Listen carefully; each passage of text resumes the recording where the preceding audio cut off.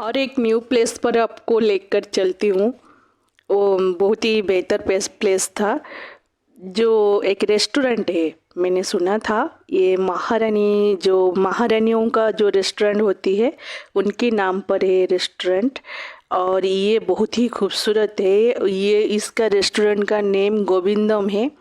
ये महारानी मार्केट में अवेलेबल है। ये जो रेस्टोरेंट है महारानी बाजार शिव मार्ग, जो जयपुर राजस्थान के अंदर आती है। ये इसका एड्रेस भी है। ये गोविंदम retreat upstairs the nice restaurant लोग बोलते हैं। गुड फूड क्वालिटी भी होती है, मैंने सुना था। तो मैंने लास्ट वन डे या बिफोर मैंने सोचा नहीं घूम कर आते हैं यहाँ पर। लेकिन दिन की वक्त था, बहुत धूप था, फिर भी कोशिश की जाने के लिए, ऊपर चढ़ने के लिए। ये ऊपर में है। और जब एंट्री की तब उनका जो राजस्थानी लोक संगीत होती है, ये तो हर जगह उनका हर रेस्टोरेंट में मिलता है, लेकिन ये हर रेस्टोरेंट में नहीं मिलता है। थोड़ा सा अलग टाइप का, बड़े बड़े थोड़ा सा अलग जगह पर लोकगीत आपको सुनने के मिलेंगे, क्योंकि यहाँ परमानेंट 2 या 3 सिंगर वो रखते हैं जो आपको सर्विसिंग आवर में वो प्रोवाइड करते हैं। उनका सर्विस जो यहाँ पर भी है, मैंने साउंड ऑफ कर दिया है, लेकिन उनका जो सुरीला संगीत है वो कोई प्लेबैक सिंगर से कम नहीं है। बहुत अच्छी तरह से गाना गाते हैं ये, और बहुत हिट जो सॉन्ग है उसको वो लेकर आते हैं। जो पॉपुलर है जो सॉन्ग उसको लेकर आते हैं, ताकि जो ऑडियंस है जो खाने के लिए आए हैं उनका मनोरंजन हो पाए। कहीं ज़्यादातर टूरिस्ट जो है वो फॉरेन कंट्री से होते हैं, इंडियन कल्चर के लिए वो आते हैं, सुनने के लिए, देखने के लिए। तो हिंदी सिनेमा जगत की जो सॉन्ग है उनको वो सुनते हैं। विदेश में जब बैठते हैं फॉरेन में, वो हिंदी संगीत को सुनते हैं। तो यहाँ जब इंडिया में आते हैं एक्सपेक्टेशन वही रहता है, वो जो लोक संगीत हो, उनका जो हमारा जो कल्चरल प्रोग्राम होता है, जो लोकल प्लेटफॉर्म से आते हैं जो सिंगर, बेसिकली उन लोगों की गाने सुनने के लिए वो आते हैं।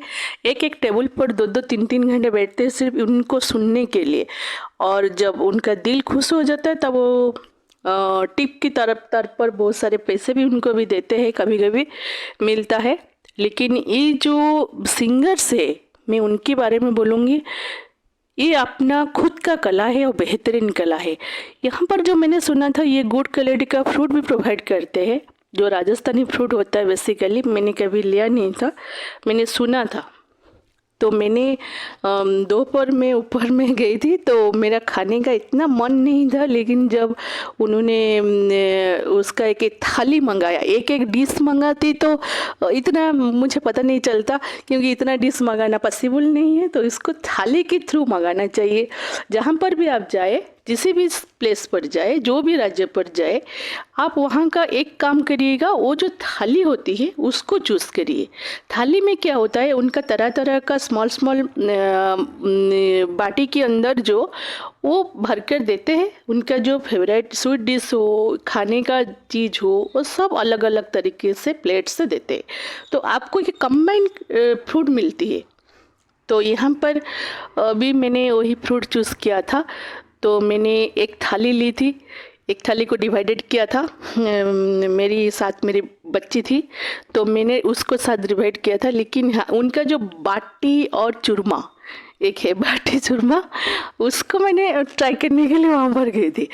मुझे पता नहीं था पहले वो बाटी चूरमा क्या होती है। बाटी चूरमा मतलब हम उड़ीसा में जो क्या चूड़ा जो पोहा बोलते हैं ना, उसका जो ग्राइंडिंग करके सुगा डाल के जो पूजा में बनाते हैं, वो भी उसी तरह का ये चूरमा बनाए थे। और उसके बाद वो बाटी मैंने मतलब क्या, वो घी में तला हुआ कुछ था जो मुझे इतना पसंद नहीं आया। मैंने नहीं खाया, सच में मैंने नहीं खाया। और स्वीट डिश में जो पोहा का था वो खा लिया। लेकिन ये जो गोविंदम रेस्टोरेंट में ये जो रोज़ का लड्डू है, यहाँ पर देखिए ये जो दिया है ये रोज़ लड्डू 4 पीस उन्होंने कितना रखा है, 200 रुपीज़ रखा है। ये उनका खासियत है। उसके बाद और पीछे से भी कुछ दिए हैं उन्होंने, ये वाला तरह तरह का उनका जो खासियत है वो रेस्टोरेंट का। वही स्वीट डिश दिया था, सब कुछ तो टेस्ट करना पॉसिबल नहीं है। मैंने 4 लड्डू पैक करवाया था, टेस्ट था, ठीक था।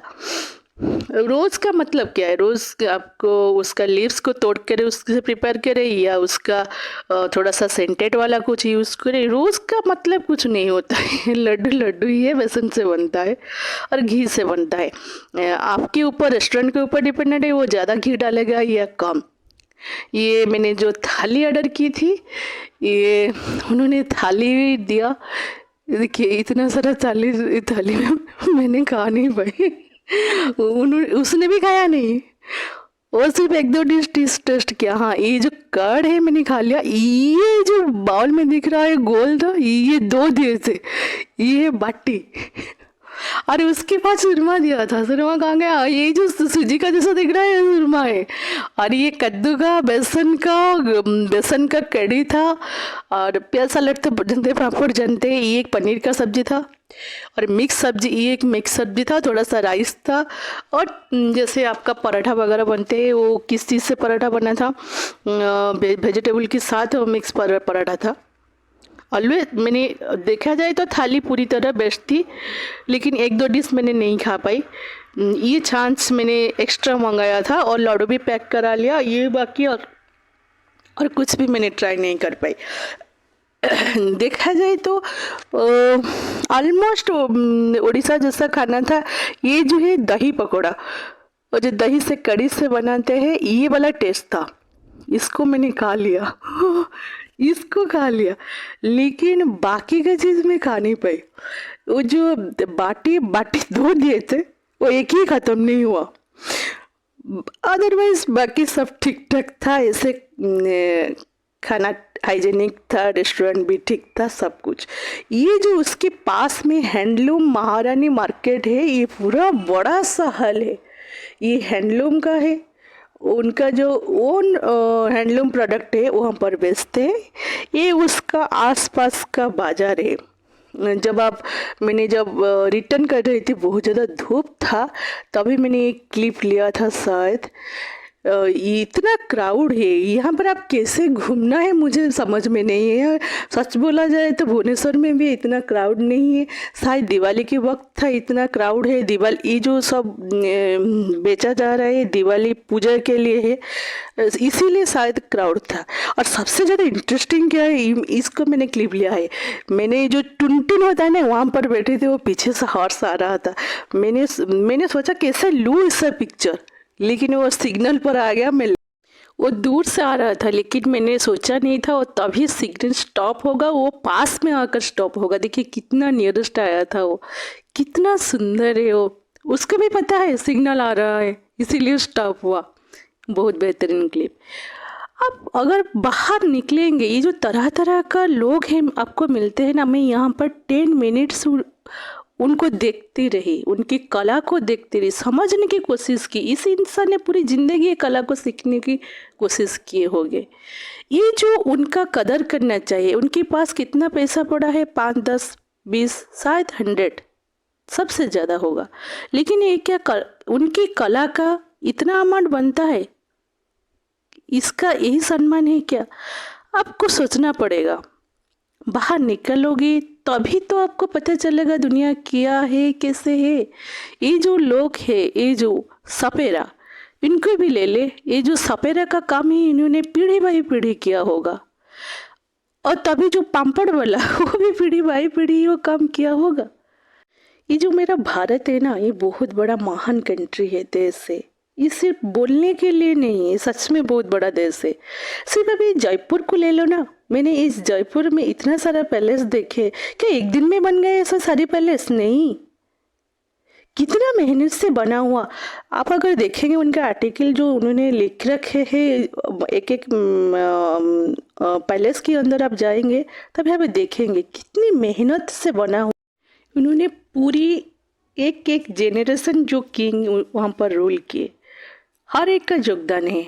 इस इतने सारे जो हमारे भारत में जो खजाना है, जो फॉरेनर्स, फॉरेन कंट्री में इंडिया की ऐतिह्य और संस्कृति की बात होती है, अगर हम वर्ल्ड की किसी भी कंट्री में जाते हैं हर जगह आप इंडिया की नाम सुनेंगे। क्यों? ये जो धरोहर है ना, ये एक दिन का बना हुआ नहीं है, बहुत मेहनत, बहुत सालों का, ये बहुत ही नया तरीके से बनाया गया है, एक प्लानिंग के साथ बनाया गया है। अगर आपको इंडिया को घूमना है, सिर्फ आप घूमने के लिए मत जाइए, मेरा सजेशन है। अगर आप वहाँ से कुछ सीख पाते हैं इसीलिए जाइए। ये जो टुनटुन है ना, ये भी देखने के लिए बनाया गया राजस्थान में। ये जो सिर्फ 2x2 सीट है ये यहाँ पर, इसका नाम टुनटुन है। आप देखना चाहते, आप अगर सच में भारत को जानना चाहते हो तो आपकी पाँव का जूते का वेट 100 ग्राम बिलो होना चाहिए। आपकी क्लच का वेट शायद 100 ग्राम से ज़्यादा ऊपर नहीं होना चाहिए। एक ट्रैकिंग बैग होना चाहिए। सबसे बड़ा आपकी जो जज्बात है, जो एनर्जी है, वो 100% चार्ज होना चाहिए। आपको देखने के लिए जाना है तो ये सब प्रिपरेशन करके जाना है, और सिर्फ घूमने और सिर्फ टाइम पास करने के लिए जाना है तो ऐसे ही आप घूम सकते हैं, कुछ खाकर देखना है क्या, ऊपर ऊपर से देख लिए और आपको आपका ट्रिप फूलेगा आगे। लेकिन ये एक प्लेस नहीं है, बहुत सारे इंडिया में इतना सारे प्लेस है, लोग है, उनका भाषा है, उनका काम है, उनका मेहनत है, और तो और 100 साल का पुराना इतना है जो ये वर्ल्ड हेरिटेज जो है, जो हमारा इंडिया की पहचान अदर कंट्रीज में बनता है, ये देखने लायक है। ये सिर्फ आप कैमरा घुमा कर नहीं दिखा सकते हैं, इसके अंदर घुसना पड़ता है। ये सिर्फ एक पार्ट देखो ना, कितना मेहनत का।